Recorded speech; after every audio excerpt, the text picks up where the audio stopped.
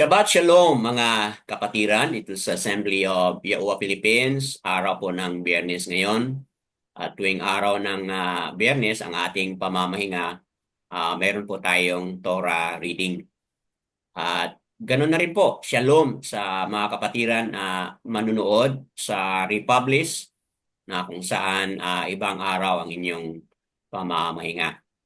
Mga kapatid, sa nakaraang Shabbat, tatlo lang po ang nakapasok dito at hindi ko mapaliwanag kung bakit anong nangyari sa ating Zoom.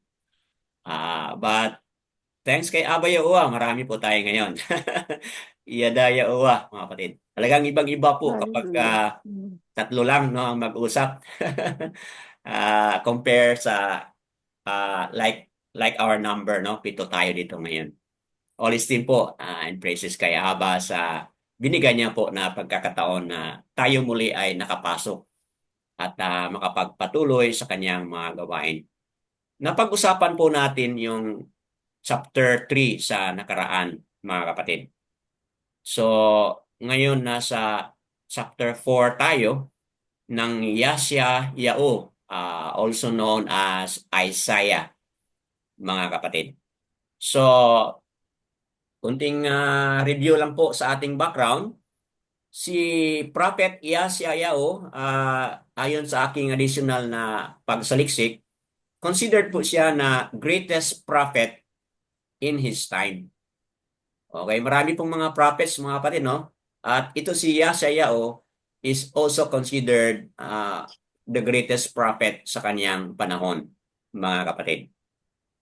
Yung information about sa kanyang tatay na si Amos, chapter 1, verse 1, nabasa natin sa nakaraan, ah siya pala, no, si Amos ay ano pala siya, mga kapatid, no? Siya pala yung brother ni brother po siya, mga kapatid, ni Amasaya. Okay? So, sino ito si Amasaya? Considered po si Amasaya as ano po, hari ng Yehuda. Okay? So, brother siya ni Amos na tatay po ni Yasayaw. So, saan po natin makikita yan? That's according po sa Jewish tradition. Now, si Amaziah, hari ng Yehuda ito, brother po ito ni Amos. So, therefore, he's a royal family.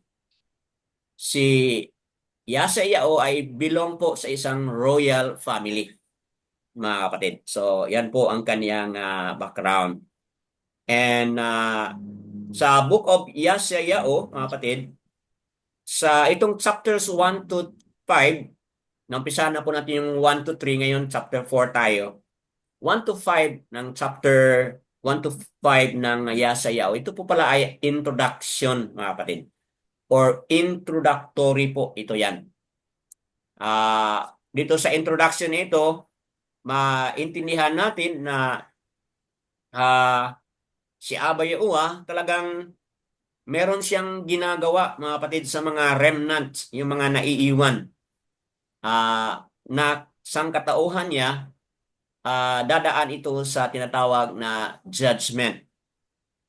At itong chapters 1 to 39, naka-focus po ang message dito, no? Chapters 1 to 39, naka-focus po dito yung tinatawag na in returning and rest, you shall be saved.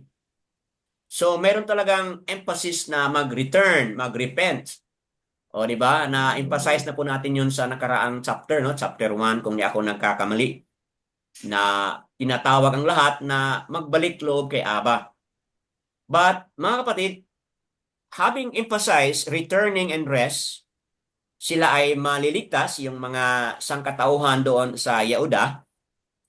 But ang mga tao sa panahon na ito, pumili sila na hindi bumalik o hindi nagbalik kay Aba Yahuwah. At saan natin makikita yan? Chapter 30 verse 5, mga kapatid. Yan ay bilang introduction lang po. So, ang purpose ng book ng Yesayao, ito po yung purpose. Aba Yahuwah announces his surprising plan of favor and esteem for his rebellious people and for the rebellious people in the world. So, kumbaga, ang purpose o ang malawakang mensahe ni Abba through the prophet Yesayao, meron siyang surprise. Ano yung surprise niya? Yung kanyang favor, yung kanyang esteem. Meron siyang inihanda para sa mga tao, para sa mga sangkatauhan niya, kahit sila yung mga rebellious, okay? At para din po sa mundo.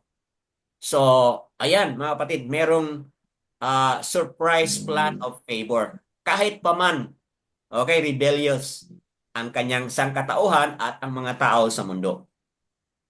And sa panahon ni Isaiah o Yesayao, yung mga tao po, mga descendants ni Abraham, mga royal family ni Daud, okay, ay nagkaroon po ng pagbabago.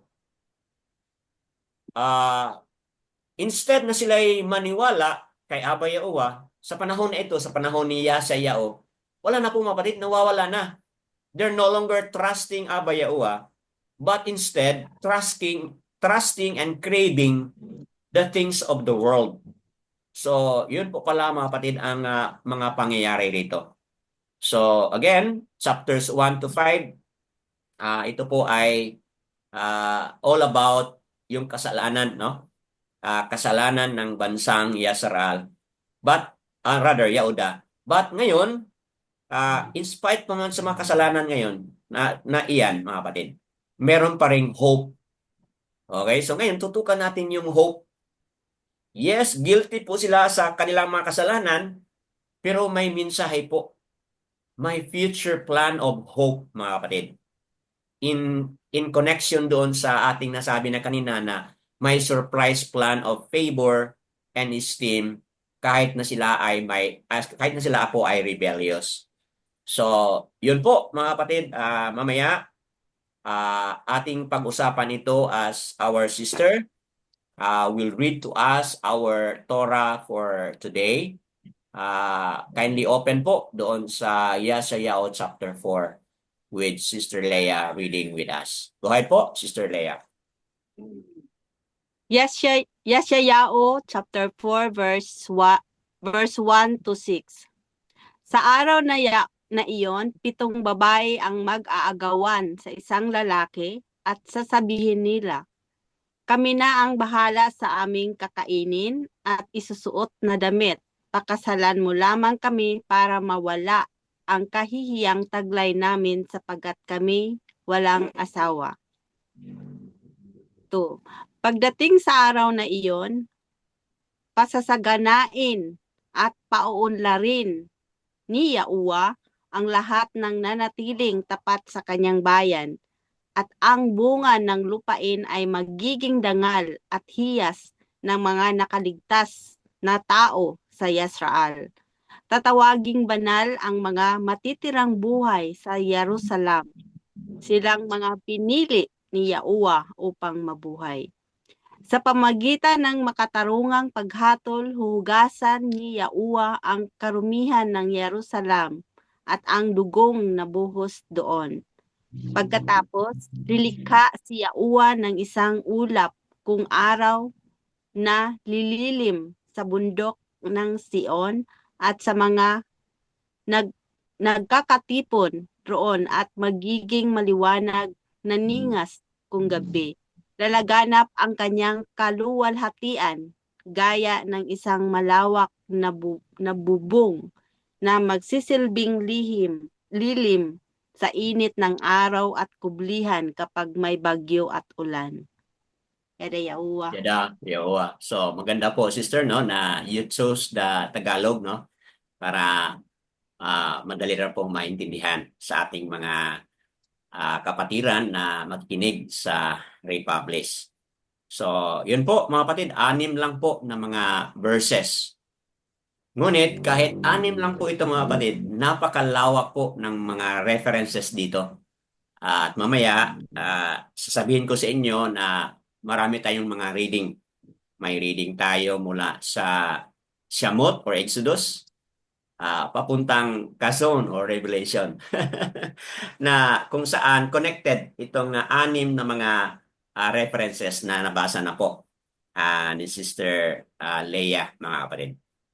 So that being heard and that being said, ano po? Ano po dito o saan po dito yung nag-ano po, nag-resonate or parang may pitik ang puso mo na nais mong i-highlight o nais mong i-share, mga kapatid. So open po tayo for sharing. Go ahead po. Sinong mauna? So tatlo po ang nag-unmute. Sister Leia, Brother Dimitrio, at Sister Lilieta. So sino po sa inyong tatlo ang mauna? Ladies first. Ladies first. Sige po, Sister Leia, go ahead po.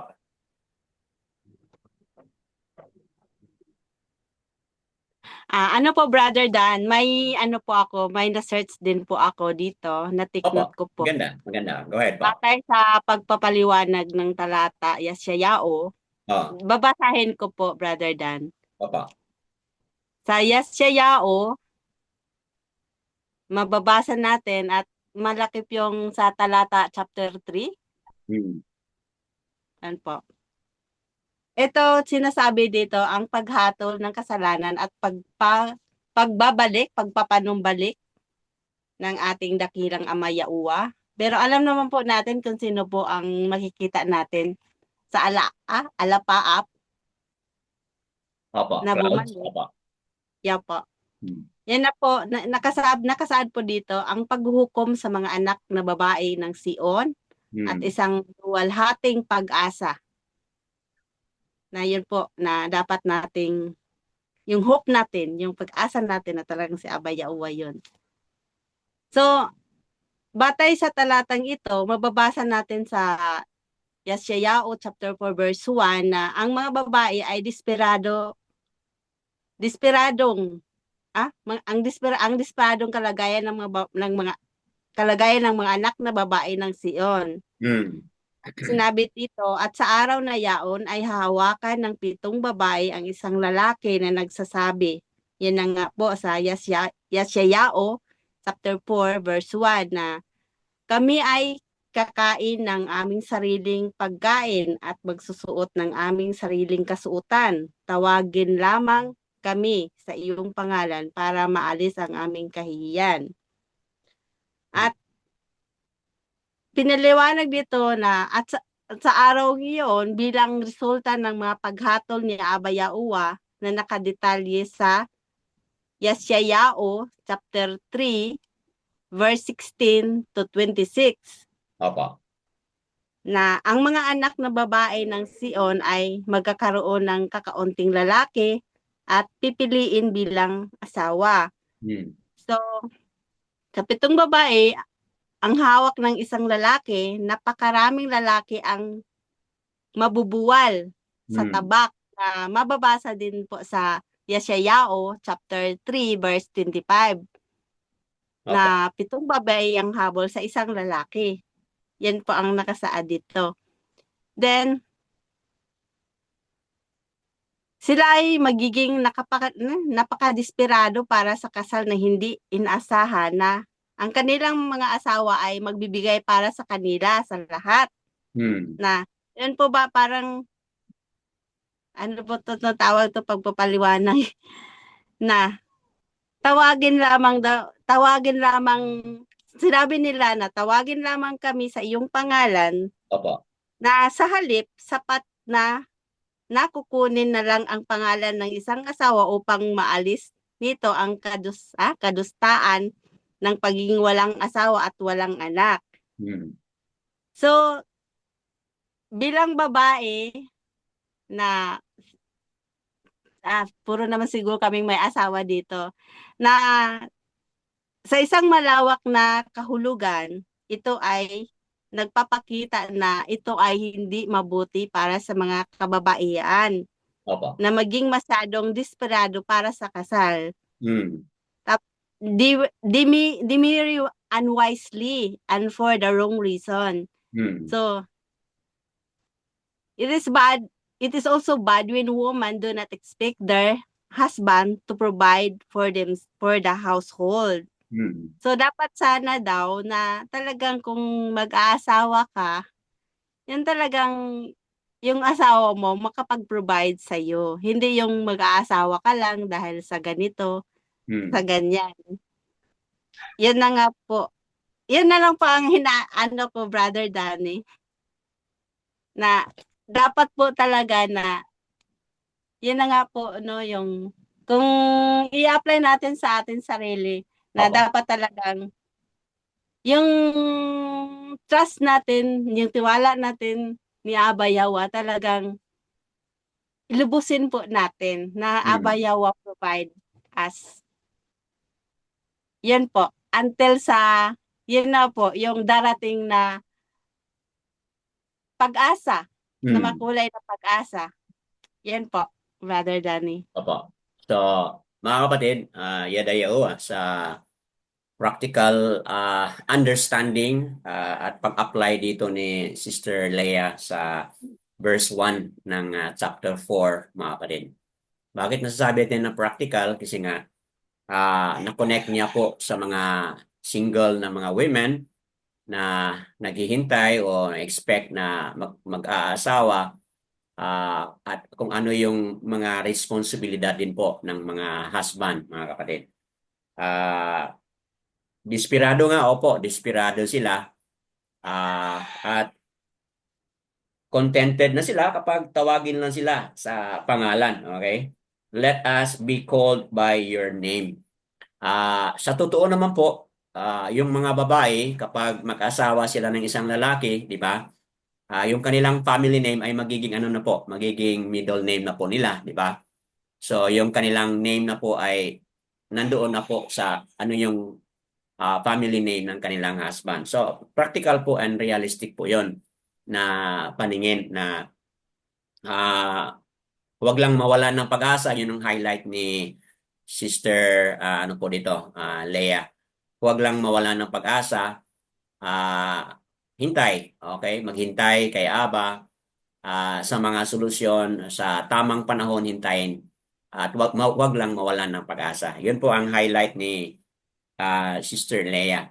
Mamaya balikan ko po 'yan no kasi totoo nga sister it talks about wedding. At mamaya i-highlight natin balikan natin ang Exodus, punta tayo sa Joel, mamaya punta tayo sa Revelation.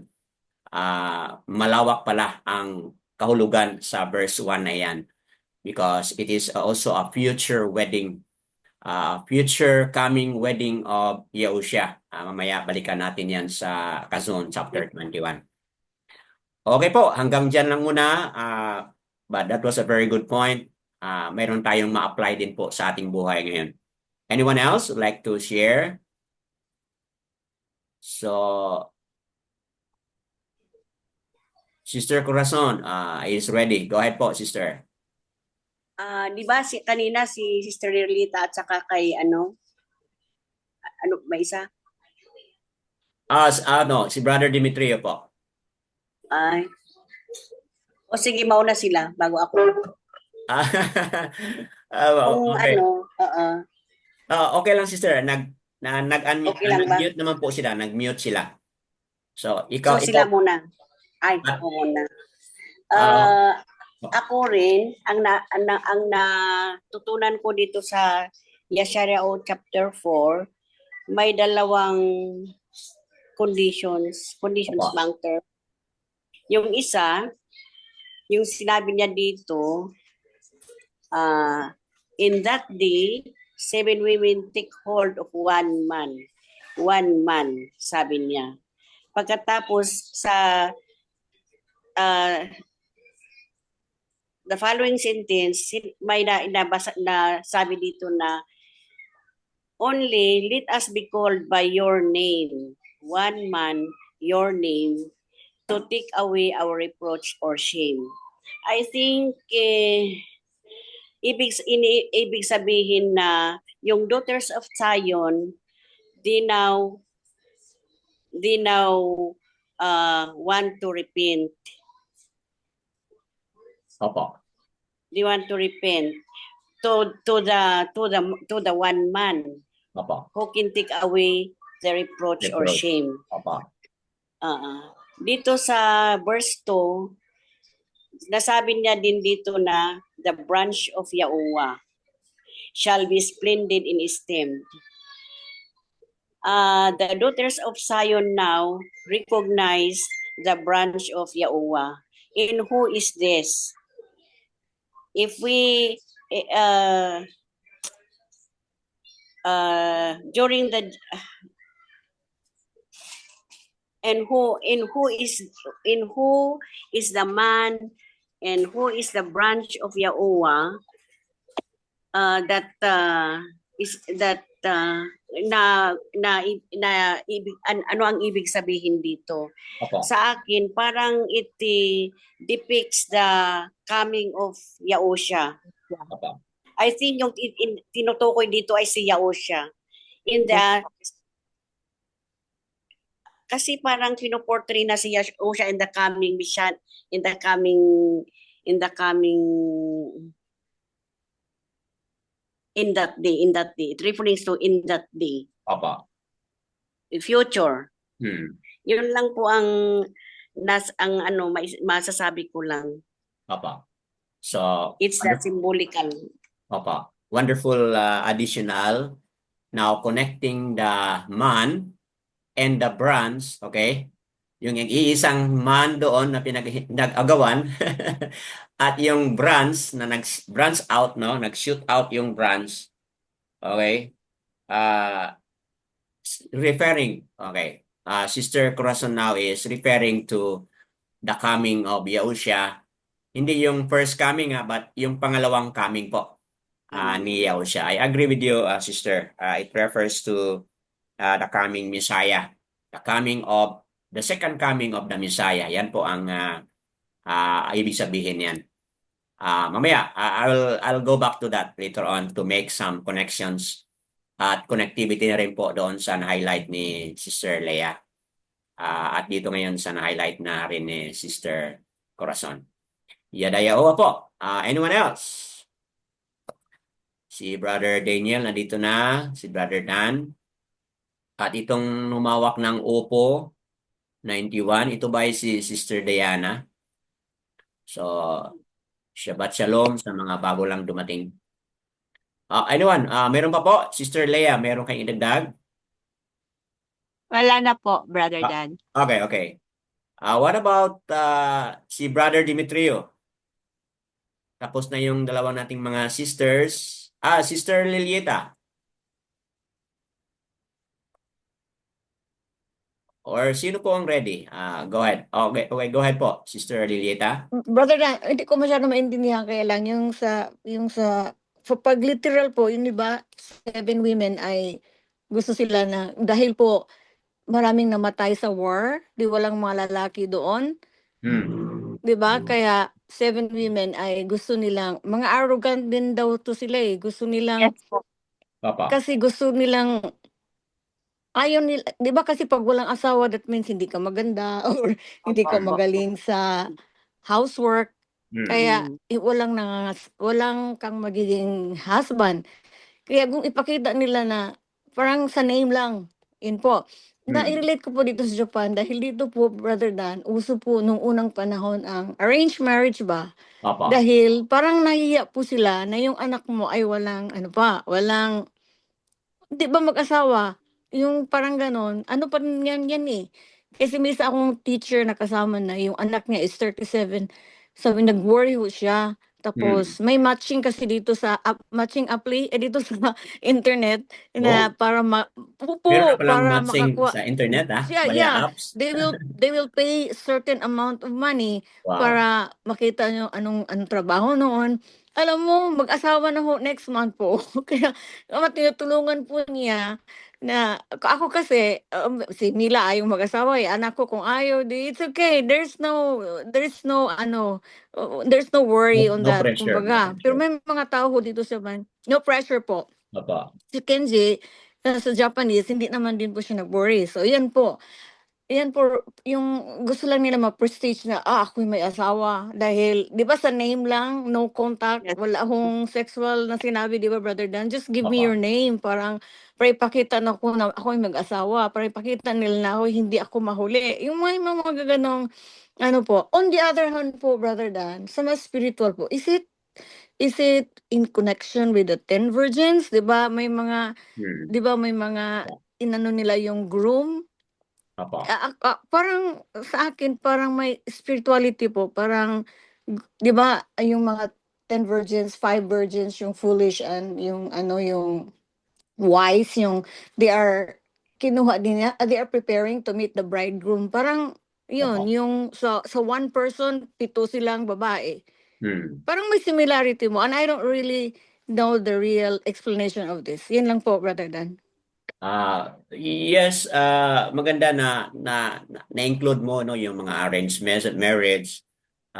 Kasi yun po ang kultura po ng Japanese at ganoon din po ang panahon nila ni Abraham, di ba? Abraham, Isaac, Jacob. Sila ay also practicing arranged marriage. At it's also good na you connected it to 10 virgins. Isang groom, tapos 10 silang virgin, 5 ay wise, yung 5 ay fool. So, talagang ano po, has something to do, this explanation, although may tanong ka, you explain at make certain question also. Later on, yung ating pag-conclude nito, mawawala yung ating mga questions kasi for now, we look at it literally na ang sagwa naman ay isang lalaki pinag-agawan ng 7, di ba? It doesn't sounds good or hindi siya normal ba? Okay? Kung baka tingnan mo. But later on, Yes. we will understand na talagang ang tinutukoy dito ay Yahushua po. But we're just preparing for, we're just laying the information here and good na nakakaroon kayo ng ganun na mga pananaw in order for us to have a better understanding later on. Tingnan mo, yung sinabi niya dyan na verse 1 only let us be called by your name. Kasi tingin ko mga kapatid, merong connection ito sa ating pagkilala sa pangalan, mga kapatid. If my people, di ba yung 2 Chronicles ba yan, no? 2 Chronicles 7:14, if my people which are, ano po, called Called my by my name. So may connection po yan. Later on, patuloy nating i-expound mga kapatid as we proceed. Yadayawa po, magandang so far maganda kasi one person connects to another issue and expounded and then later on leading to the wedding, the wedding banquet mamaya. Yun ang ating ending. Okay po, let's hear some more. Brother Demetrio, nag-unmute na. You have something to add? Sa verse 4, chapter 4, verse 3, sa chapter 3, makita na ito nga giguba ang Jerusalem sa pagkadautan. Pero naay nahabilin just sa verse 8 to 10, naay nabilin nga mga tao sila nga matarong nga nasave sa panahon ni adtong pagguba sa Jerusalem. So sa chapter 4 makita nato diri nga katong mga tawhana nga nabilin mga pinili dito ni Abba Yahuwah aron maluwas. So ang nasabtan nako nga so sama sa Sodoma ug sa Gomora ba nga ang kahimtang sa mga tao niadtong panahon na nag-ipon ang matarong ug ang daotan. Opo. Pero naluwas naluwas ang mga matarong ug tungod kay sila mga pinili. For example, sa Makailat. So diri sa chapter 4 verse 3 di-declare diri nga ang nahabilin mga pinili ni Yahuwah aron maluwas. So kung atong tan-awon sa panahon nato karon ug sa panahon nga umabot nga kining kalibutan nga atong gipuy-an, magkasagol-sagol man gyud ning matarong og daotan, Tama. pero ang pinili ni Yahuwah luwason gyud niya Kan. kay aron mahimo nga makapuyo niya ng bagong Jerusalem sa Revelation. Mm. Kay mao man ni siya ang kinatumyan o kinadak-an nga tumong nini nga Jerusalem nga dili na ni siya hinimo sa mga Hudiyo, di na ni siya hinimo sa tao. Kini nga Jerusalem hinimo na gid ni Aba Yahuwah og ni Yahushua, sumala sa iyang mga pulong diya sa hukanan. Muadto ako sa amahan ug mag-andam ako og puloy-anan ug mubalik ako ug kuhaon ko kamo. Ug bisan asa ako adto kamo uban kanako. So kini nga iyang giandam nga puloy-anan, dili ni siya tawo ang nagtrabaho kini nga bagong Jerusalem. Mm. So ang naghimuan si Aba Yahuwah talaga kung tan-aw na to ang revelation niya. Siguro maagian man ang sunaw niya. So ang kani ganing gidiscuss ni sister nga katong mahadlok bitaw sila dili maminyo. Opo. Kay gusto gyud sila maminyo kay siguro naay uban kung dili gyud kahimasa sa Biblia, di ka mo tan-aw, di ka mo tuon, unsa ka maayo ang dili magminyo ug unsa ka pait ang magbinyo. Mm. Pait ang magbinyo. Agree. Para sa mga tao nga nakaila kang Yahuwah, pait ang minyo. Pero sa nakaila kang Yahuwah, ang dili minyo, dili pait. Mm. Maayo. Kay ang revelation na naay mga mag-aawit dito nga iyang gitigom, giandam para kadtong mga wala gyud makaagi og minyo. Mm. Tama. So gitawag sila mga mag-aawit, mga singer. So kanang mga babae karon nga mga Yahuwah believer nga wala maminyo, so dili sila angay nga mahadlok, di sila angay mabalaka nga wa sila maminyo. Malipay noon sila kay usa sila sa pinili ni Aba Yahuwah nga mag-aawit. Tausan na sila diha nga mag-aawit. So ako sa pagtuon ako ingon ko maipay wa ko magminyo. kay usa ko nga mag-aawit pero unsaon kay minyo naman natuklasan. So nga na ang sistema nato. So mo lang na siya ang akong ika-share og dugang. Okay po. So, napakagandang explanation. Also, na-connect na rin po doon sa 10 virgins na ang 5 ay good, ang 5 ay bad, wise and fools, no? Na-highlight ni Brother Demetrio na sa mundo natin, saan tayo ngayon, talagang nandoon, no? Naghalo-halo. Pero darating ang panahon na Aba Yahuwah will save, okay? Will save His people. Okay po. So, in answer to that question practical question na maraming mga young, unmarried doon sa Japan na worried sila. Magandang sagot din po ni Brother Demetrio yon, no? Na bilang mga believer ngayon, iba na ang ating pananaw, mga kapatid.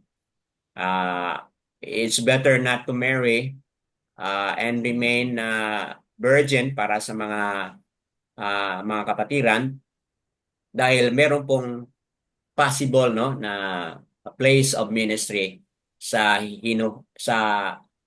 hinaharap, mga kapatid. So that being said, malinaw, mga kapatid, na talagang merong mangyaring mayroong mangyaring restoration, kumbaga, ng Jerusalem at yung Mount Zion ay talagang magkaroon po ng restoration. Yan. But dito sa kwento kasi, sa prophecy,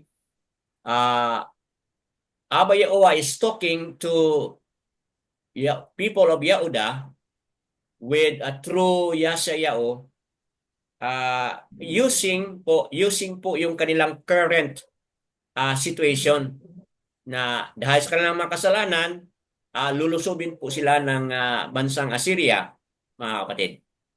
At dahil diyan, magkakaroon po ng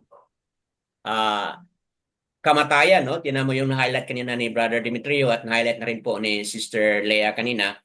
Yung verse 25, chapter 3:25, your men shall fall by the sword and your strength in battle. So, connecting dito sa chapter 4 verse 1 kung bakit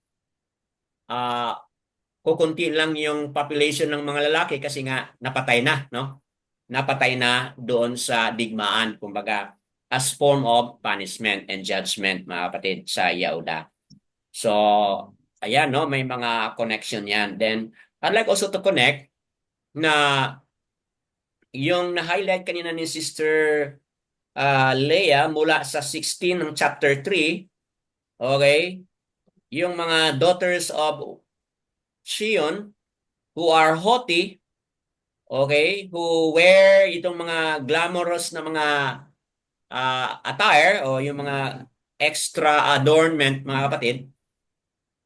Kung makikita natin, kahit pa man ganon ang kanilang mga wearings, okay, so much concern with outward beauty, kahit ganon pa man, mga kapatid.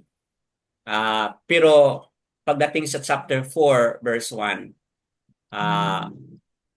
hindi pa rin, mga kapatid, nabigyan ng solusyon yung kanilang desire na sana, okay, makita naman sila ng mga gwapo ng mga lalaki, mga kapatid. Kasi nga po, sa nangyari dito sa verse 1, chapter 4, sa isang lalaki, 7 silang nag-agawan. Okay po? So, i-refresh lang natin at we are making a connection, mga kapatid. Okay, so, diyan lang muna ako and then let's hear some more. Ano pa po yung inyong mga additional pa, mga kapatid, na mga pagpapaliwanag. Go ahead po, Sister Bakar Asayo. Additional lang po sa mga nasabi, babasahin ko lang po itong commentary Papa. na tungkol dito sa verse 1 na yes, in connection sa chapter 3 verse 25 na yung men ay may shortage of men, Papa, na ang shortage. ratio ay 7 women to 1 man. 1:7, nga. Yes. Kasi ang commentary dito na nagsabing Yashayahu in verse 1 is painting a land where most men have lost their lives and where most women have lost their honor. Why lost their honor? Because they would accept polygamy or concubinage to have little part in a man's life. Kaya sa naunawaan ko ay pumapayag silang marami na maging asawa sa isang tao para lang mag-asawa, magkaanak at maging single at may protector sa kanila. Kasi kahihiyan sa mga babae noon ang walang asawa.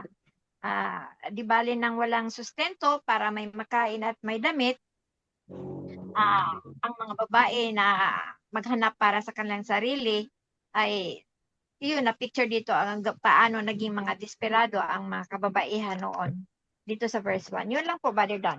Opo. So, thank you for that additional. Instead, 1:1 yung ratio, okay?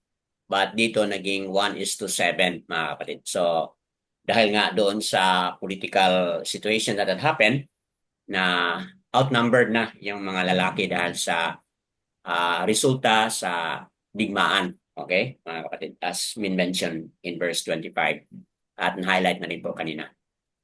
Okay, let's proceed po. Anyone else? Meron pang magdagdag? What about sa itong nakahawak ng 2 2591. Sino po ito? Si Sister Diana ba ito? Opo. Opo, okay. Sister Diana, opo. Do you have something to add, Sister Diana, or something to share po mula sa chapter 4 ng Yesayao? Sister Cheryl or Daniel, we are on Yesayao chapter 4. Okay po. Habang nag-iisip kayo, let me proceed po, no, para ma-connect natin lahat, no, ang ating mga napag-usapan na.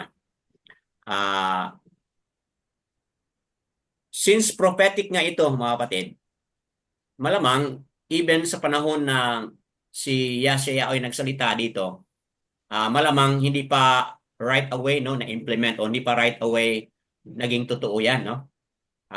It could be, no, possible yan na spoken by Abba Yahuwah through the prophet Yesayao. Ngunit yung actual event, no, paparating pa, mga kapatid. It's possible, mga kapatid. So, this announcement is really something na mag-create na sana, no? Mag-create na sana ng hunger or warning sa mga Yahuda. Okay? Kasi nga, paulit-ulit na nagbibigay na po ng warning dito. Repent, return to me. Okay? Yun po ang mensahe. Ngunit, ganun din po ang kanilang response, no? They are unwilling. Okay? So dahil nga unwilling sila, talagang ang mangyari is kung ano yung na-declare na mga kamatayan o mga paglusob ng ibang bansa o scarcity or outnumber yung mga lalaki, talagang mangyayari yun, mga kapatid. Okay? So, dito sa chapter 4, verse 7, dagdag ko po doon sa inyong mga nasabi na kanina. 7 women begging for a man's protection. Okay po? Added po doon sa inyong mga nasabi na, at meron ding 1 or 2 kanina nagsabi tungkol dito. 7 women begging for a man's protection. Okay? So, talagang kailangan yung babae ay talagang mag-asawa dahil doon sa issue na yan, no, na protection. But, mga kapatid, let's go beyond doon sa day-to-day na protection ng isang asawang lalaki doon sa kanyang asawang babae. Okay, let's go beyond diyan, mga kapatid. Because as I have said, itong pag-aasawa na ito has something to do with the future, mga kapatid. The future wedding of Yahushua, mga kapatid. Yun po ang aking pananaw dito. Okay? But bago kayo ma-convince dyan, patuloy muna tayong magpunta sa verse 2. At ito'y na-highlight na rin po ni Sister Corazon kanina. In that day. Okay? So, pareho dito sa verse 1. In that day. Okay? Dito sa verse 2, ganun din po. In that day. Again, as to the fulfillment, okay, kailan kaya ito na-fulfill? As I have told you before, we look at prophecy, okay, with several points of fulfillment. Maaring immediate na fulfill ito sa kanilang panahon, mga kapatid, na talagang natutuo yan, na sa kanilang panahon, hindi natin alam ilang taon after na-declare ito, na ang isang lalaki ay pinag-agawan ng 7 babae. We don't know the exact time kung ito'y na-fulfill. Kasi nga po, sinabi dyan, in that day. Then sa verse 2, ano din po, in that day. So, we don't know kung nangyari na o kailan yan nangyari, rather, sa actual, sa panahon na iyon. So, ang pananaw ko, mga kapatid, is ganito. Prophecy can have a series of fulfillment. Okay? Series of fulfillment doon sa future. Okay? At ang pinakadulo nito, mga kapatid, is what? Yun na nga, the second coming of Yahushua. Yep. Yun po ang pinaka dulot-dulo o pulot-dulo mga kapatid. The second coming of Yahushua in which magkaroon po ng wedding mga kapatid. At mamaya ipapaliwanag natin.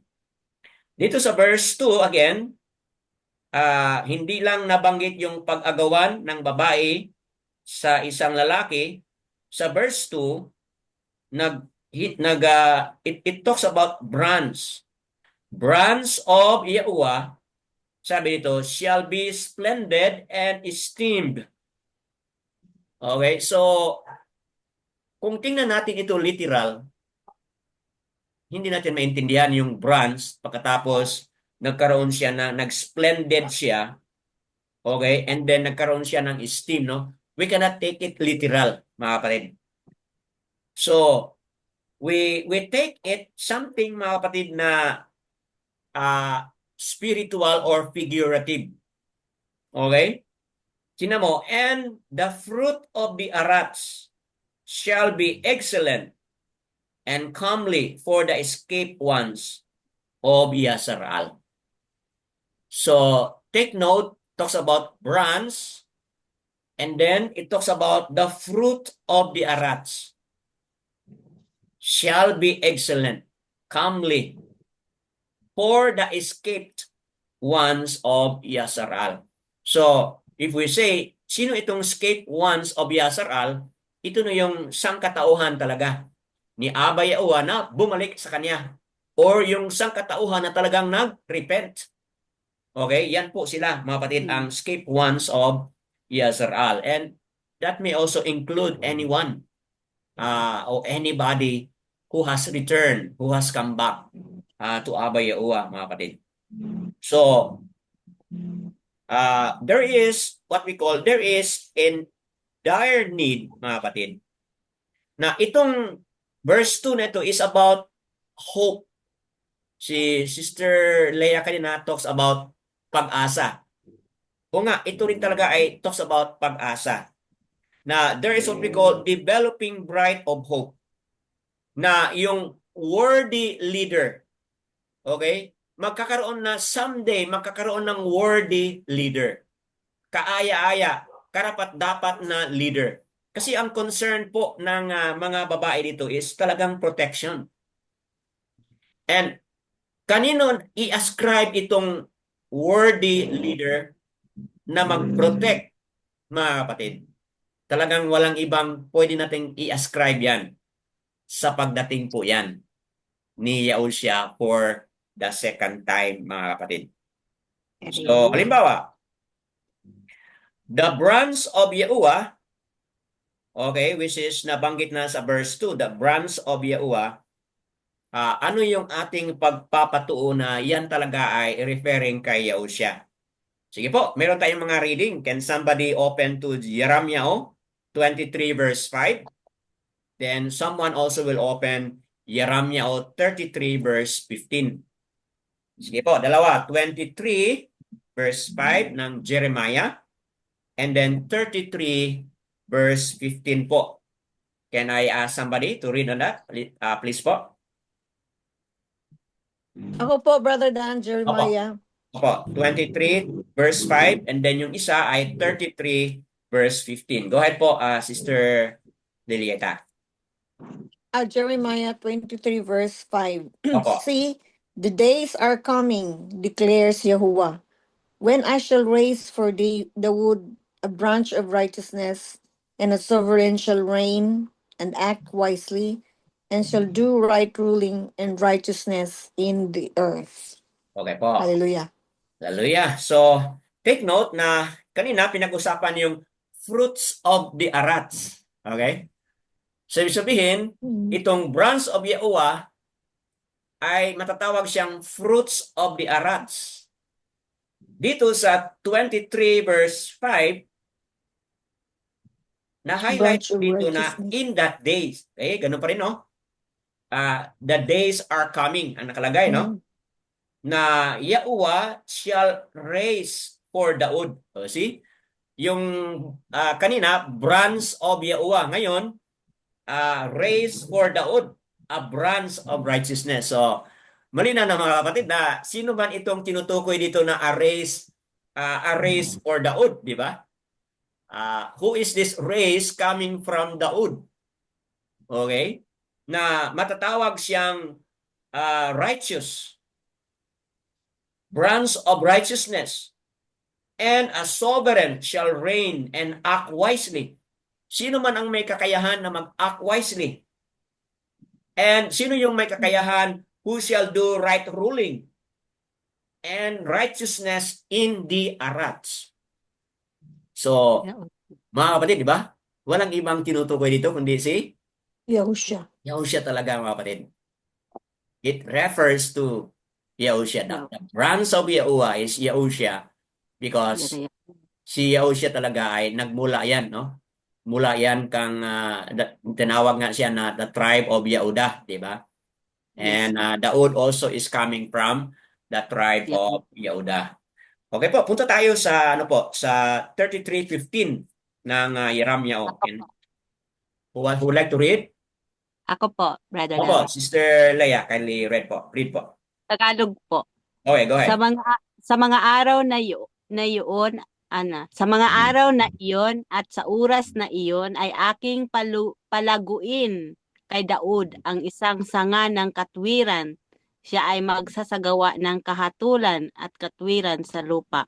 Wow. See? Very much related or closely said doon sa 23 verse 5. Okay? In those days, ganun pa yung nakasabi, a branch of righteousness. See, saan Nasa- ito? Ano po? Meron din po sa Zacarias chapter 3 verse 8 po, Brother Dan. Opo, mamaya puntahan natin, no? Saan? Sa Zacarias 3:8. Opo, nalista ko rin po. Yes. Pupuntahan natin yan mamaya. So, mga kapatid, tingnan mo yan, no? Diba? Similar siya, no? A branch of righteousness to spring forth for Daud. So, talagang meron po siyang connection kay Daud. Okay, and he shall do right ruling, righteousness in the arat. So, walang leader ngayon dito sa mundo, mga kapatid, o sa mga nakaraan man na panahon like Solomon, di ba? Yes. O sino man yung mga nakaraan na mga leader na may kakayahan na gagawin yung right ruling sa buong arats, mga kapatid. This is something na forward-looking talaga, mga kapatid. And that really will point to Yahushua. Okay po, punta tayo sa Zechariah 3:8 sa nabanggit na ni Sister Leia, mga kapatid. Sige po, sinong magbasa ng 3:8 and then yung isa, chapter 2, verse 12. Let's make it even more clearer. Okay, paano natin maging clearer ito? Basahin po natin. Zechariah 3:8, yung isa, and then 6:12, yung pangalawa. Someone? Ako po, brother sa Zacarias 3:8. Okay, 3:8 and then yung isa is 6 verse 12. Sinong magpunta sa 6 verse 12? Okay, go ahead po, Sister Leia. Hear now, O Yahushua, the high priest, you and your fellows who sit before you, for they are men of symbol. Patuloy po. Chapter 9. Meron pang kasunod yan. After sa symbol, meron pang additional. Naputol na po dito. Okay. Naputol sa inyo? Yes po. Sa amin dito, for look, I am bringing forth my servant, the branch. Wala po dito. Okay. So, wala sa inyo. Buti naman na sinubaybayan natin. So, mga kapatid, tingnan mo yan, no? Yahushua po ang pinag-usapan dito is sa English po, Joshua. Okay po? Sinong Joshua ang pinag-usapan dito? Yung Kohen, mga kapatid. Yung Kohen Hagadol. Okay po? Yung Kohen Hagadol, yan po ay chief priest. Okay? Chief priest po ito sa panahon ng pagbalik nila sa Israel o sa Yehuda, mga kapatid. Ang Kohen Hagadol, ang pangalan po niya ay Joshua. Okay? So, ito na nga po ang nakasabi dito. Okay? So, ang pinag-usapan is merong companion, okay? And your companions who sit before you, for they are men of symbol. For look, I am bringing forth my servant, the branch. So again, through the prophet Zechariah, talks about the coming servant, na sino itong coming servant na tinawag din siya ay the branch. Opo. So again, sino itong the branch? Yeah, Hosea. Yahushua, mga kapatid. Okay? Kung hindi pa kayo convinced, pili na niyong basahin yung John 15. Mga kapatid, okay? Pili na po niyo yung basahin niyo yung John 15. Anyway, proceed tayo. Chapter 6 verse 12. Sino pong magbasa niyan ng Zechariah 6:12? Ako po, 6:12 Brother po. Dan. Sige po. Sige po. Sige, Sige you please. Sige, okay. Chapter 12, sa Tagalog po. Okay, Sabihin mo sandali sa lang. kanya. Sister Lilita, punta ka na sa Isaiah chapter 11 verse 1. Isaiah 11:1. Verse 1. Okay, go ahead po, Sister Leah. Zacarias chapter 6 verse 12. Sabihin mo sa kanya, narito ang isang taong ang pangalay sanga.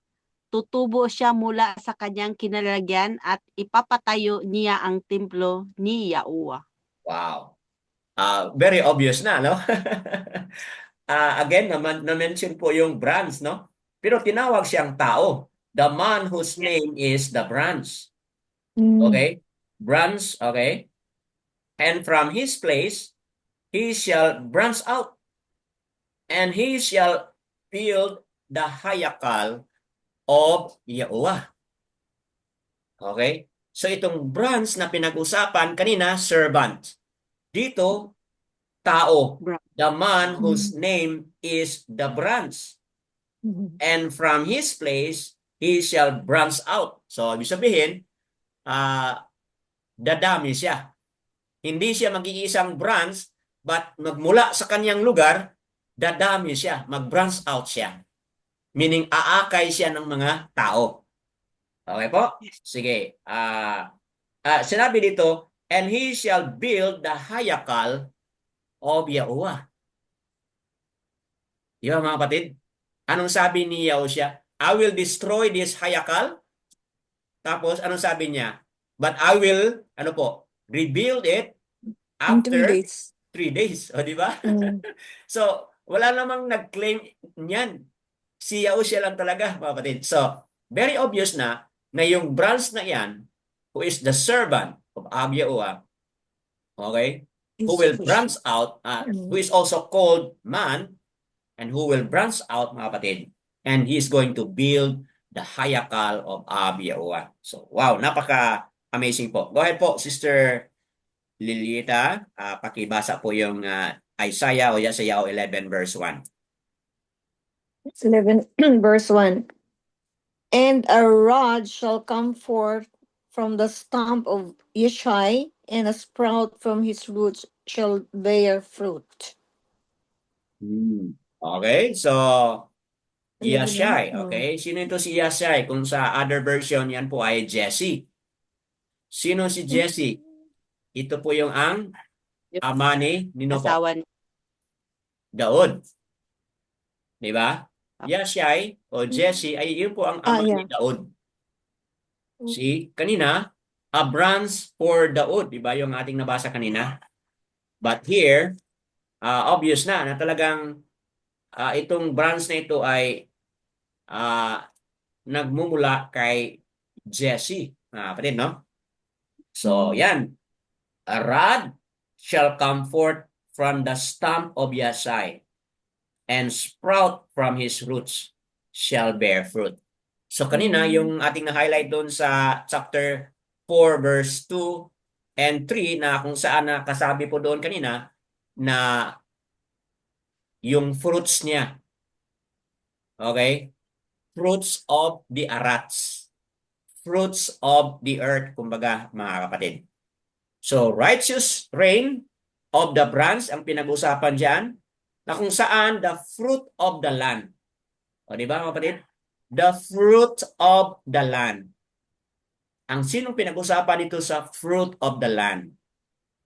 Speaks of Yahushua, who is also human, mga kapatid. Kaya sinawag yan the fruit of the land, which is also referring kay Yahushua, who is also human, mga kapatid. Emphasizes on Yahushua's humanity na tinawag na human roots ni Yahushua, mga kapatid. Out of him will produce fruit of the land. Ibig sabihin, yung word kanina na branch out, ibig sabihin, dadami pa, aakay siya ng mga tao. Bakit niya kayang gawin yun? Because siya din po ay talagang may roots. Meron po siyang ugat na nagmumula din po bilang human, mga kapatid. So, yan. Wow, napaka-amazing explanation po. Balik tayo sa chapter 2 to 3 kanina, as been mentioned doon sa Yeshayahu chapter 2 to 3. It talks about survivors, di ba mga kapatid? Chapter 4, 2 to 3. It talks about survivors, yung may mga remnant, kumbaga. Okay? Called Kados 1. Okay? Tinawag sila ng mga called Kados sa verse 3. Called Kados 1. Sa verse 2, escaped ones of Yasharal. Sa verse 3, called Kados o Kades, everyone who is written among the living in Jerusalem. So, yung mga survivors ng mga kapatid who is left remains and whose name is also recorded in what? Living. Recorded in the living in Jerusalem. Okay? Believing niya. Kung tinan mo yan, sino yung mga recorded? Why it talks about recorded? Everyone who is written among the living in Jerusalem. Mga kapatid, yung recorded na yan, sa tingin ko ay something to do with the future. Doon sa book of Revelation na whose name is recorded. Written. Whose name is written. So hindi lang po yan tumutukoy dyan dito sa sino yung mga naiiwan dito o sino yung mga buhay dyan sa Jerusalem after the war, mga kapatid. After naglusob yung Assyria doon sa northern, and then parating na rin po yung paglusob ng Babylon sa panahon na ito. It does not only refer there, mga kapatid, kung sino yung mga nalista na mga buhay doon na naiwan. But it also speaks of the future listing, wherein everyone's name whose name is written in the book of Kaya. Okay, mga kapatid, after the judgment day, pwede rin pong it can refer, mga kapatid, doon sa darating na mga listahan na iyan. Okay? So, and they are preserved. They are preserved by Abba Yahuwah. Okay? Can somebody go to chapter 1, verse 9? Chapter 1, verse 9 ng Yeshayahu. Can somebody read it? Chapter 1 po, verse 9. Opo. Okay po. Kung si Yahuwah na makapangyarihan sa lahat ay hindi nagtira ng ilan sa ating lahi, tayo sana'y natulad sa Sodoma at Gomora. Okay po. So, talagang si Abba, kahit paman sa na-highlight na kanina ni Brother Demetrio na yung masama at yung mga righteous ay nagsama, katulad nung doon sa Sodom and Gomorrah, nandoon po si Lot. Okay? Nung dumating na yung punishment, yung judgment ng fire, sino lang po yung na-spare, di ba? Yung si Lot lang. Si Lot at ang kanyang dalawang mga anak na babae. Okay? Sana naligtas na sana yung wife ni Lot, pero anong nangyari? Lumingon, di ba? Lumingon siya at naging pillar of salt siya, mga kapatid, di ba? So, ganoon din po ang nangyari dito. Oo, nalipon ang lahat almost, pero may naiwan. Sino po yung in charge doon kung sino ang maiiwan? Abba Yahuwah, mga kapatid. Walang ibang in charge. Sinabi yung verse 9. unless Yahuwah of hosts. Okay? So talagang si Abba Yahuwah ang nakakaalam kung sinong maiiwan. Sino yung mahandpick ni Abba? Sino yung pipiliin ni Abba, kapatid? Siya po ang nakakaalam. That being said, maging grateful tayo, mga kapatid, kay Abba Yahuwah. Dahil we are one among doon sa kaniyang mga na handpick, na pinili bilang mga remnants. That is a distant application po sa ating time. But sa kanilang panahon noon, mga kapatid, talagang may naiiwan. May literal talagang naiwan na remnant doon sa Yahuda, mga kapatid. And yung literal na naiwan na yan speaks forward of the future, mga kapatid. Na kung meron mang naiwan na literal sa panahon na iyon, mga kapatid, at kayang gawin ni Abba yun, at yun din po sa future, kayang gagawin ni Abba yan. Na yung mga naiwan, yung mga pinili niya, ay nailista na po doon sa kanyang Book of Life, mga kapatid. Okay? So, Ask ko lang po. Sister Diana, go ahead Ask po. ko lang. Yung advice para hindi gumaya kay Lot, para hindi siya magtumingin sa nakaraan. What I mean is, yung asawa ni Lot po ba, yung tumingin sa likuran, so ano dapat lang para hindi tumingin sa past, sa nakaraan. Okay. What I mean po is, Sister Diana, you're referring po yung asawa ni Lot, tama po ba? what I mean is, tumingin siya sa likuran, I mean, sa past, yung sa material things, or sa Tama. ano niya, is, paano po yun para hindi tumingin? Hindi ma-detach. Okay, so para okay. Kumbaga, paano natin ma-apply yun sa ating buhay ngayon, di ba? Yun ang punto mo, sister. Na opo, na hindi tayo mahadlangan, okay? Sa ating journey, sa ating journey patungo sa buhay na walang hanggan. So, merong dalawang scenario dito, sister, ang ay ibibigay kong example. Yun, isa yun kay yung asawa ni Lot, no? Na lumingon sila, lumingon siya. Okay? At dahil lumingon siya doon sa mga naiwan niyang mga material things, so yun, nahadlangan siya at naging pillar of salt siya. Dagdag kong example yan, sister, yung mga Yasaral na lumabas sila sa Egypt. Okay, hindi ko lang ma-point ngayon yung reference. But habang nasa ilang na po sila, sister, habang nasa ilang na sila'y lumingon din po. Sila'y lumingon din po sa kanilang mga pagkain doon sa Egypt. At sila'y nagsabi, they're complaining na po, no? They're complaining, they're murmuring against Aharon and Masya. Sabi nila, mabuti pang bumalik kami sa Matsariya mo, Egypt, kasi ang sarap ng mga pagkain doon, may karne.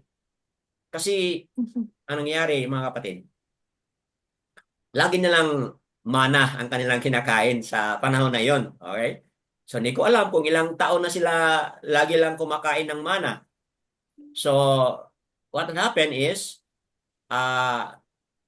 dumating kay Abba yung kanilang mga complaint. Okay? So, ano nangyari doon sa kwento?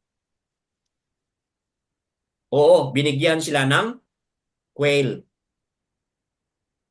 Pero anong nangyari doon, mga kapatid? Nung kumain na sila ng quail. Tama ba? Na yung pagkain nila ng quail, oo, nabusog sila, pero ano yung naging resulta doon? Okay? Parang may plague, no? Parang may plague na dumating doon sa kanilang lugar dahil sa tinding galit ni Ama. Okay? Please correct me po kayong mga manonood sa Republish. Wala akong reference dito. But pwede nating i-double check yan. So, ibig sabihin, yung mga nag-complain, nag-murmur, okay, at nagsabi na, mas mabuti pa yung buhay namin noon doon sa Matsaryam. So, yun po, mga kapatid, nagdulot po yun ng punishment and severe consequence. At dahil doon, marami pong namatay. So, connecting po doon sa concern ni Sister Diana, na sa ating journey ngayon, mahirap pala na gagawa tayo ng mga comparison. At sabihin, mabuti pa ang buhay ko noon na hindi ko pa nakilala ang pangalan kasi medyo sagana yung buhay. Pero ngayon, nung nakilala ko na ang pangalan, parang mas lalong mahirap. Okay, delikado pala yun mga kapatid. It is a form of looking back and wanting to crave for the things of the world, mga kapatid. Kanina, kung naalala niyo kanina, nagbigay ako ng introduction kanina, mga kapatid. Ano yung introduction niyo kanina? I told you kanina na the rebellious people during this time, okay, find craving for worldly materials and craving for worldly security. Yun po ang kinikrave ng mga tao sa panahon po ni Yesayao, mga kapatid. So they're craving for the material world. So kaya ganun din po yung mga nangyari nung nasa ilang pa sila. They crave for the food in Matsaryam, mga kapatid. And because of that, anong nangyari? They suffer severe consequences. So how do we live now na hindi tayo mapareho sa wife ni Lot at hindi tayo mapareho doon sa mga Yasar-al na namatay doon sa ilang? Okay? So yun po, number 1, hindi tayo mag-complain. Hindi tayo mag-murmur, mga kapatid. Hindi tayo dapat mag-crave sa mga bagay dito sa mundo. Okay?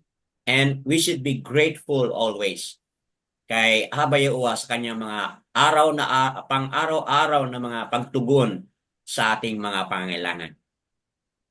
Napakagandang tanong po yun, no? At nagbigay rin po ng magandang interaction. Anyone else would like to add on that, mga kapatid?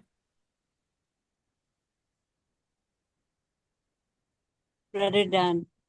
Opo, Sister Cheryl, go ahead po. At ko lang po, kasi doon sa Book of Maccabees, yung asawa ni Lot, kaya siya nakalagay doon, na kaya siya lumingon kasi meron pa siyang naiwang anak. Oh. Hindi lahat ng anak ay sumama sa kanya, sa kanila, sa pag-alis. Meron siyang naiwang mga anak pa. Yung ibang family niya, naiwan niya pa. Kasama din yun, yung material things kasi they are wealthy. Oo nga, no? Wealthy sila, di po ba? Dahil dun sa bago sila pumunta doon marami na silang naging ari-arian. Correct. And yun po yung dalawang rason kung bakit siya lumingon.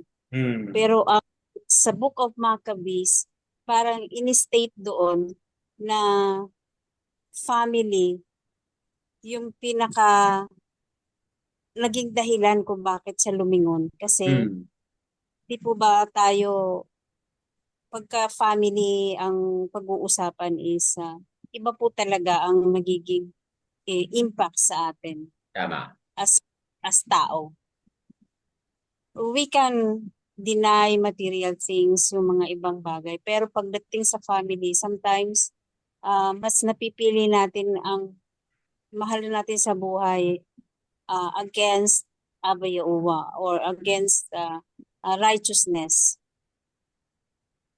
Just na ma-appreciate lang po tayo ng mahal natin sa buhay. Minsan, naiisang tabi natin or naiisip natin na may iintindihan tayo ni Abayawa. So, iyon yung crucial na desisyon na nagagawa ng tao. Yun lang po, Brother Dan, additional lang. And I think that's also connected to the writings in the Gospels, no? Matthew, may naka-record yan, no? Kung anybody can reach out there.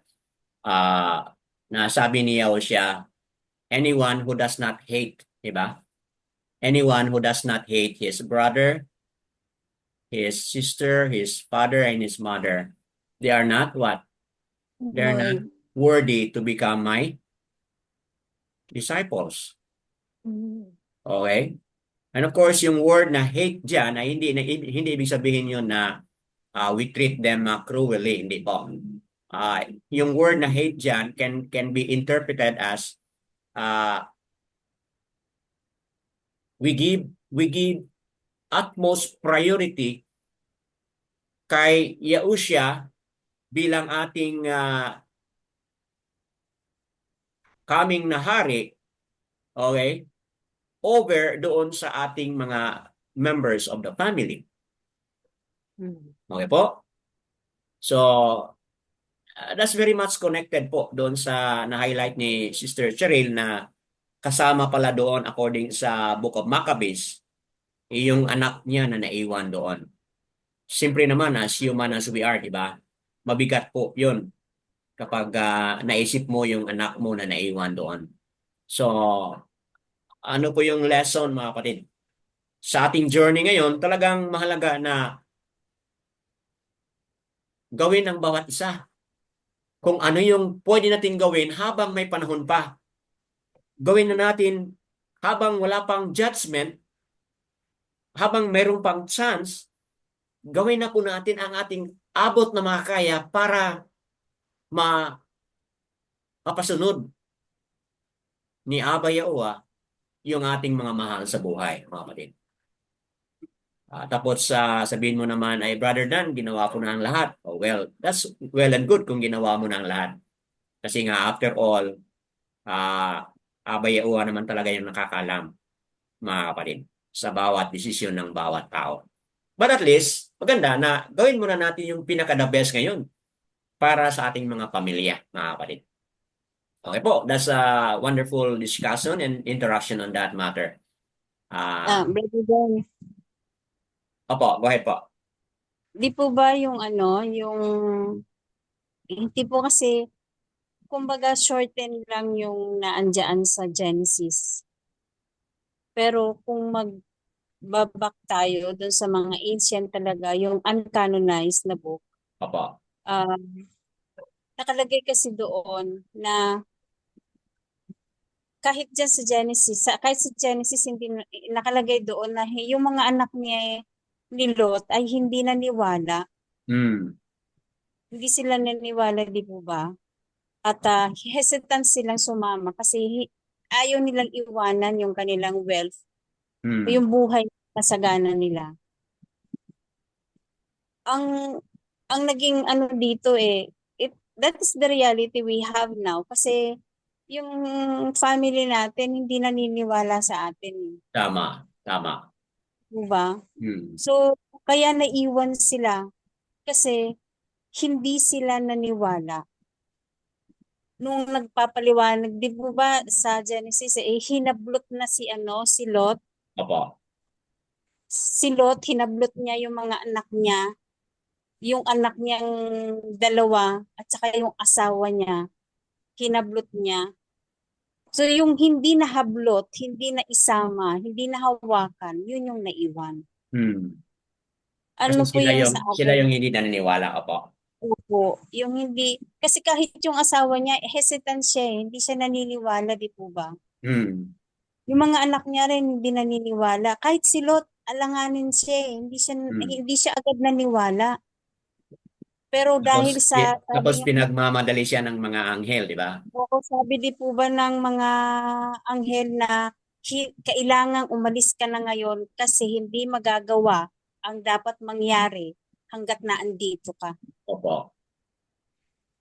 So, sa buhay natin, wala po talaga tayong magagawa o hindi natin talaga mapipilit yung mga, kahit sabihin natin na nagawa na natin lahat, kung ayaw talagang maniwala at ayaw magpinig ng immediate family natin, wala po tayong magagawa.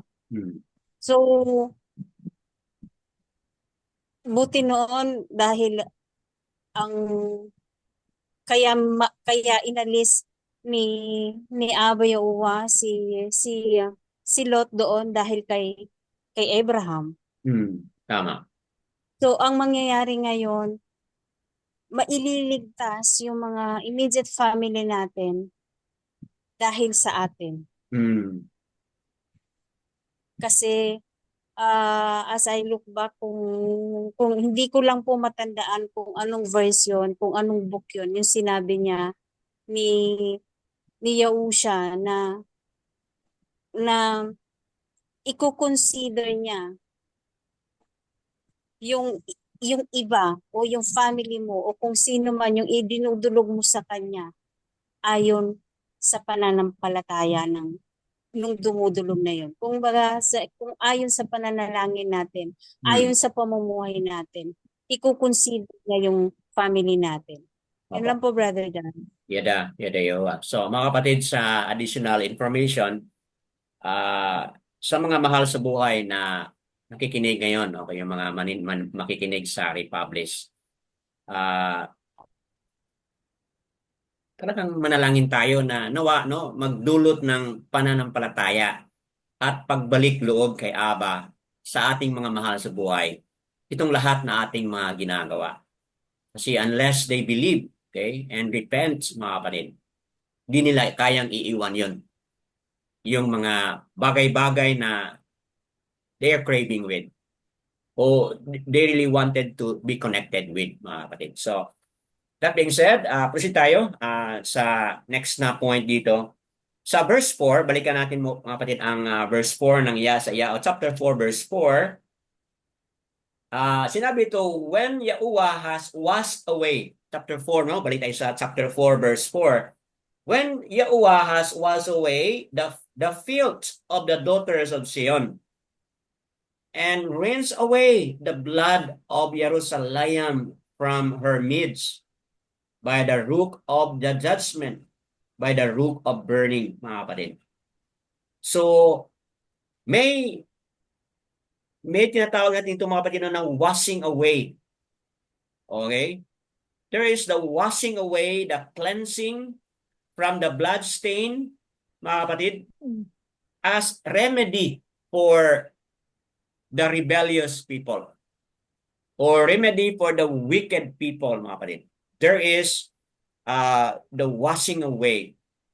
And Abba Yahuwah has set apart, has made apart these people, mga kapatid, through the washing away, through the cleansing of the blood stain. Mga kapatid,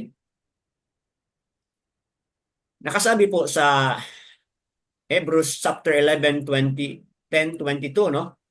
Hebrews 11:10-22. Apart from the shedding of the blood, there is no forgiveness. So, mga kapatid, wala namang ibang naibitay na doon sa kahoy at nagbuhos na sa kanyang buhay. Walang iba, kundi si Yahushua. Yahushua ang namatay na po. Yun ay pamaraan in order to wash away the filth, in order to cleanse, mga kapatid, to cleanse the blood stain as Abba Yahuwah's remedy for people, mga kapatid. Kaya tayo bilang mga tao, ngayon, sa ating kapanahunan, dapat maging grateful tayo kay Yahushua.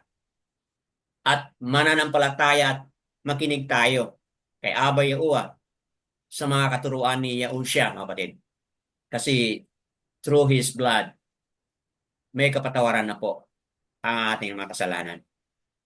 But again, kailangan tayong magbalik at magrepent. Kaya sinabi ni Yahushua doon sa Matatyaw 4, verse 3, no? Sinabi niya, repent, for the reign of Abba Yahuwah has come. Second to the last po, verse 5. Paliwanag po natin ito. Then Yahuwah shall create above every dwelling place of Mount Zion, and above her assemblies. Merong gagawin si Abba, mga kapatid, no? Doon, saan po niya ito gagawin? Doon siya, Mount Zion. Okay? Shall create above every dwelling place of Mount Zion o Zion. and above the assembly, mga kapatid. So ano yung kanyang gagawin? Ano nakasabi dyan? A cloud and smoke by day and shining of flaming fire by night. For over all the esteem shall be a covering, mga kapatid. Ano pong naalala ninyo nung 40 years sila sa disyerto o sa ilang? Fire, Opo. by at Kindly night open. Opo. and Kindly open. clouds. Opo. Kindly open to Exodus 12, 21 and 22 po. Can somebody go there? Exodus 13, 21 to 22. Then somebody po can also open Exodus 40 po ng last chapter ng Exodus o Shemot, 34 hanggang 38 po. Can I ask somebody to read on that? Shemot 13, 21 to 22, and then Shemot 40, 34 to 38. Anyone can read it up, please? Shamot chapter 13, verse 21. To 22 po. Then Okay po. someone will go to 40, 34 to 38. Oh, Sa kanilang paglalakbay, araw-gabi patuloy silang pinapatubayan ni Yahuwah. Kung araw ay sa pamamagitan ng haliging ulap at kung gabi sa pamamagitan naman ng haliging apoy na tumatanglaw sa kanila. Laging nasa unahan nila ang haliging ulap kung araw at ang haliging apoy kung gabi. see? Nakita niyo mga kapatid? Almost word for word doon sa sinabi ni Abba Yahuwah sa pamagitan ni Yashayahu. Okay? Kapag araw, may pillar of cloud. Kapag gabi, merong pillar of fire. Yun po ay nangyari for 40 years doon sa ilang. Can somebody go to chapter 40? 34 hanggang 38 po. Brother Dan, ako po. And then while preparing, punta rin po, somebody can go to Joel chapter 2, verses 15 to 16. Go ahead po, Sister Lilieta. Chapter 40 po ng Shemot. Okay, and the cloud covered the tent of appointment, and the steam of Yahuwah filled the Mishkan. And Moshe was not able to come into the tent of appointment, because the cloud dwelt on it, and the steam of Yahuwah filled the Mishkan. And when the cloud was taken up from above the Mishkan, the children of Israel went onward in all their journeys. If the cloud was not taken up, when they did not depart till the day that it was taken up. For the cloud of Yahuwah was on the Mishkan by day, and fire was on it by night, before the eyes of all the house of Israel in all their journeys. Wow. So mga kapatid, here, ano yung additional nating information dito? Yung cloud ay pumunta saan po? Tent of meeting. Okay? Hindi lang pala doon sa labas. Dito ngayon, nakatutok na yung cloud nandoon sa tent of meeting. Okay? At kapag mangyari yan, mapuno ng steam. Okay, yung Mishkan o yung tabernacle, mga kapatid. Then when the cloud was taken up from above the Mishkan, the children of Yasharal went onward in all their journeys. So, how will they know na it's time for them to go and continue the journey? Kapag malip up na or kapag aalis na yung cloud doon sa Mishkan o doon sa temple, mga kapatid. But if the cloud was not taken up, they did not depart till the day that it was taken up. So, nakita nyo mga kapatid how movable that cloud is? When it's time to go, taken up. But when it is not, then it's time to stay, mga kapatid. Nakita ninyo yung how they are very much dependent on that, mga kapatid. Because of that journey. Okay po, proceed tayo sa Joel chapter 2, 15 to 16. Anyone like to read on that? Joel o Yoal, chapter 2, 15 hanggang sa 16. Dalawang mga talata po. Ako po, Brother Dan. Opo, Sister Cheryl, go ahead po. Joel 2:15. Blow the Ah. shofar in Zion. Umpisahan mo sa Sanctify a 15 fast. po. Hold 15, a solemn assembly. Umpisahan mo, Sister, sa chapter 2, Joel verse 15. 2:15 po.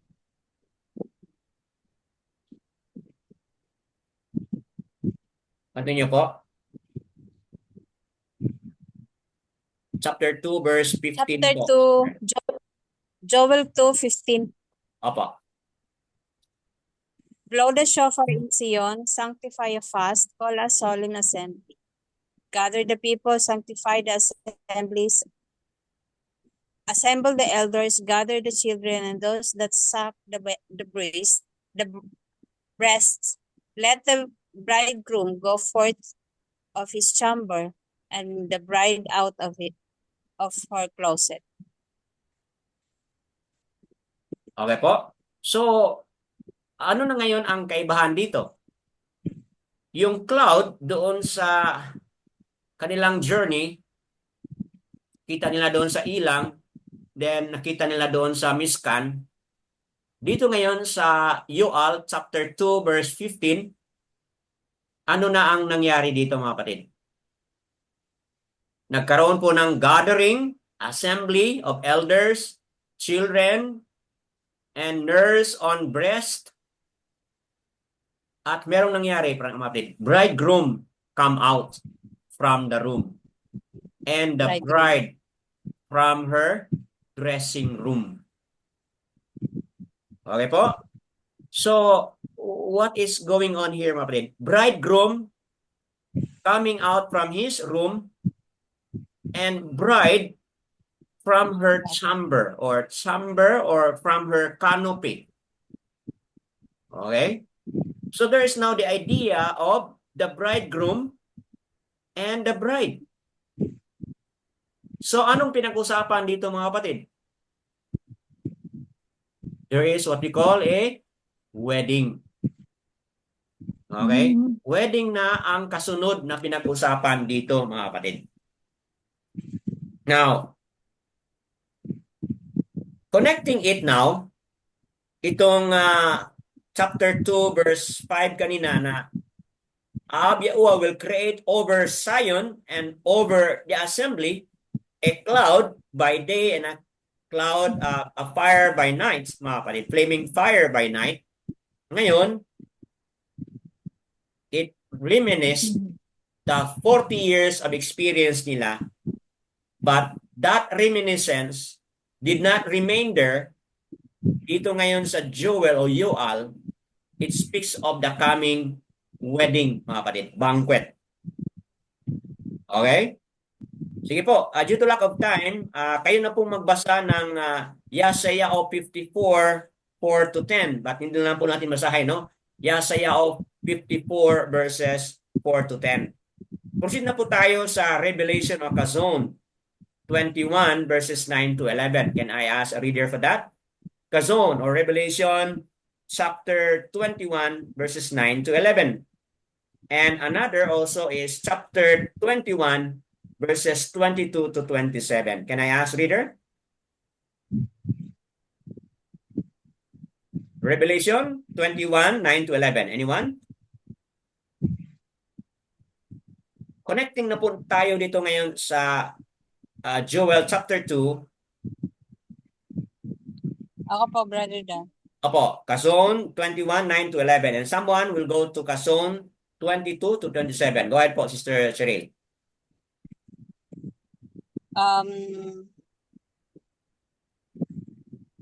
Revelation 21 verses 11. Having the glory of Yahuwah, and her light was like unto a stone most precious, even like a jasper stone. Sister, balik ka muna sa verse 9 po. 9 to 11 po. Go ahead po. And they came into me one of the seven angels which had the seven vials, full of 7 last plagues, and talked with me, saying, Come hither, I will show you the bride, the lambs of woman. And he carried me away in the ruach to a great and high mountain, and showed me the great city, the holy Jerusalem, descending out of heaven from Yahuwah, having the glory of Yahuwah, and her light was like unto a stone, most precious, even like a jasper stone, like as Wow. crystal. Yada yawa. So mga kapatid, anong nangyari dito? Ibinaba yung sinabi dito, no? Anong binaba ang mga kapatid? Showed me the great city, the Kodas, Jerusalem, descending out of the Shamayam. Okay?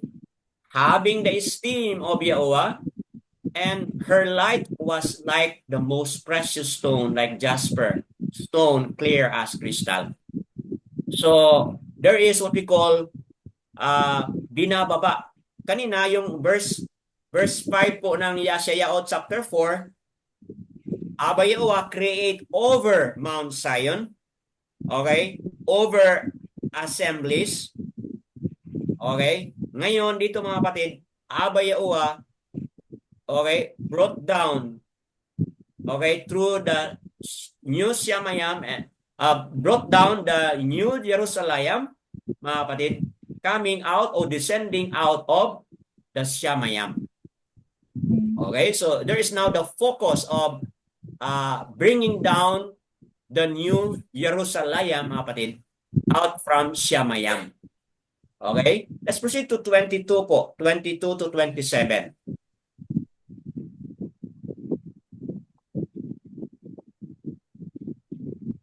Kung walang mabasa, patuloy mo po, sister.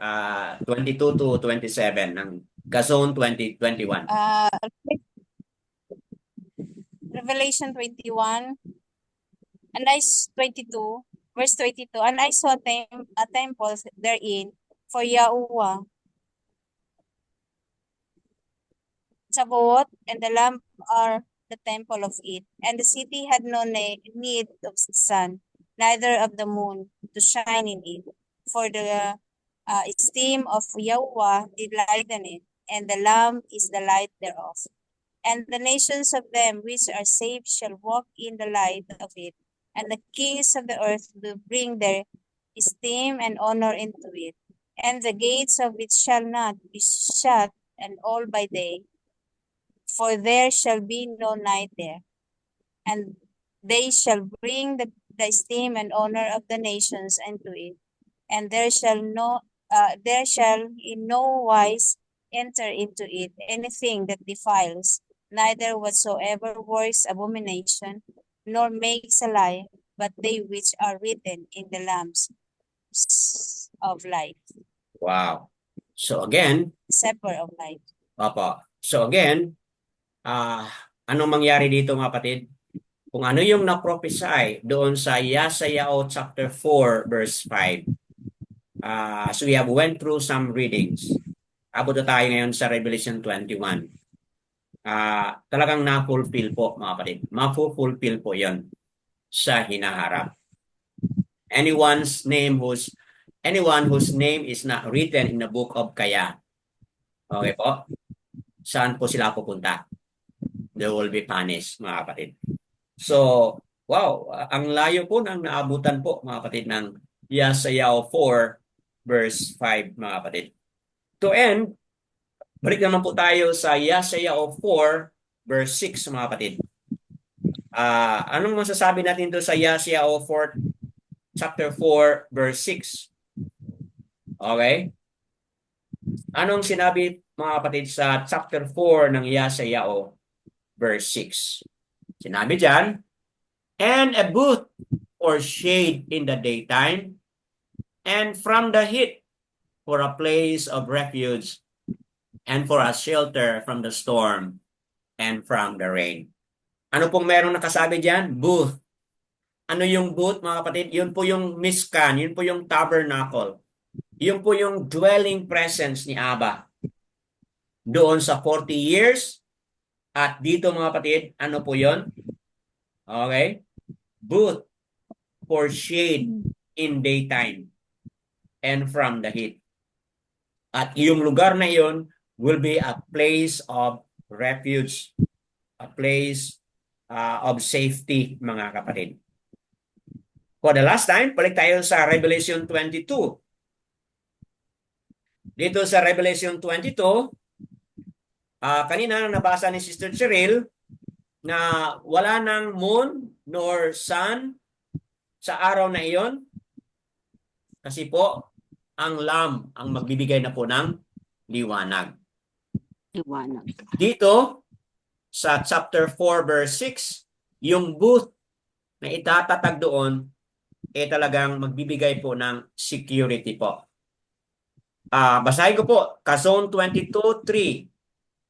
And no longer shall there be any curse. On the throne of Yahuwah of the Lamb shall be in it, and his servant shall serve him. And they shall see his face, and his name be upon their forehead. Anong naalala niyo po kanina doon sa 7 mga babae na nag-agawan sa isang lalaki? Name. Diba? It talks about name po. Why they are interested? Dahil kapag sila'y matawag na sa kanyang pangalan, when they will be named after his name, mga kapatid, ano pong mawawala sa kanila? Yung reproach. Yung hiya, mga kapatid. How important that name is, mga kapatid. Sa verse 4, and they shall see his face, and his name, wow, be upon their forehead. So ano po yung significance dito, mga kapatid? Those who know the name Abba Yahuwah, those who know the name Yahushua, mga kapatid, sa panahon na ito, will see him face to face. Bakit po? Because his name be upon their forehead. Forehead, mga kapatid, speaks of knowledge, speaks of awareness. Kayong mga manonood sa Republic, you have been listening upon the name. You have been hearing upon several times on this name, Yahuwah and Yahushua. Nawa, magkakaroon kayo ng awareness doon sa inyong forehead. Nawa, tanggapin na ninyo itong kaalaman, itong knowledge na ito about his name. Because after all, kung hindi yan natatak diyan sa ating forehead, dahil hindi tayo maniwala, dahil hindi natin tanggapin yung katotohanan sa pangalan ni Abba, mga kapatid. Ang tanong is, paano tayo maligtas? Okay? Paano tayo magkaroon ng protection and safety? Mga kapatid. Nawa, that being said, this will be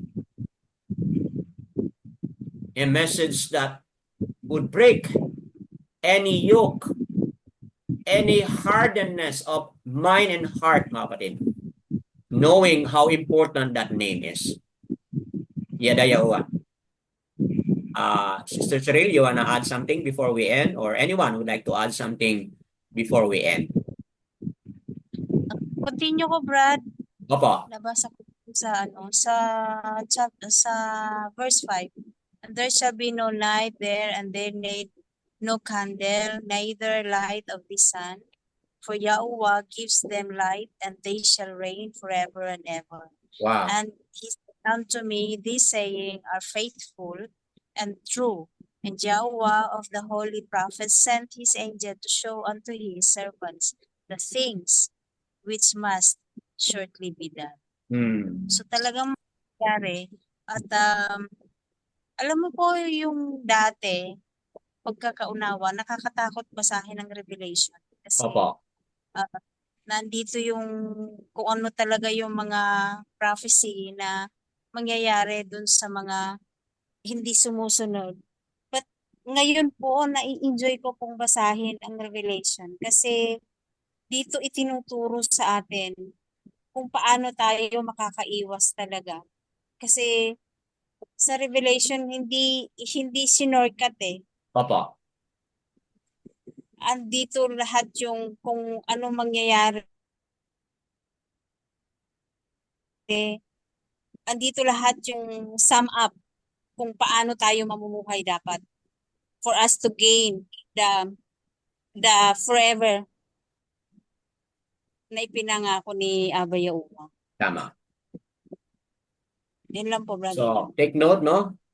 He who guards the words of the prophets of this book. So, mga kapatid, no? Talagang anong nakasulat sa mga prophets sa sinabi na ni Yeshayahu, mga kapatid ko, ano yung nakasulat doon, i-guard po natin. Okay? So, that being said, kayong mga manonood sa Republish, ito na nga po yung pangalan na lagi naming isinasabi dito, Yahahu, okay? Ha. Yung Ya, yan ay letter Y, yung Ha, bigkasin po yan as AS, kaya maging Ya. And then ang last na letter ay U, kay Yahoo o Yahoo, and then last letter ay Ha, na ibig sabihin A. So, Yahuwah, mga kapatid, ang pangalan na ating binibigkas lagi. Ito naman po yung pangalan ni Yahusha, Yahahu, first three letters, pareho rin po sa pangalan ni Aba Yahuwah. Then Shan, itong parang W, Shan, tunog ay SX. And then ang last letter, parang letter O, but yan po ay Ayan, Yahusha, mga kapatid. Ang pangalan na ating laging sinasabi at binabanggit dito. Mayroon pa bang magdagdag, mga kapatid, kung wala na? Anyone would like to add some more? Okay po, kung wala na, mga kapatid na maniniwala o makikinig, manunood sa Republish, nawa ito'y magtuturo sa inyo na umpisahan na ninyo, mga kapatid, na maniwala at magtawag at magsamba at magkilala sa pangalan Yahuwah, ang ating Aba, Yahusha, ang ating pong Mashiach. Yada Yahuwah po, and all His name and praises po kay Aba Yahuwah.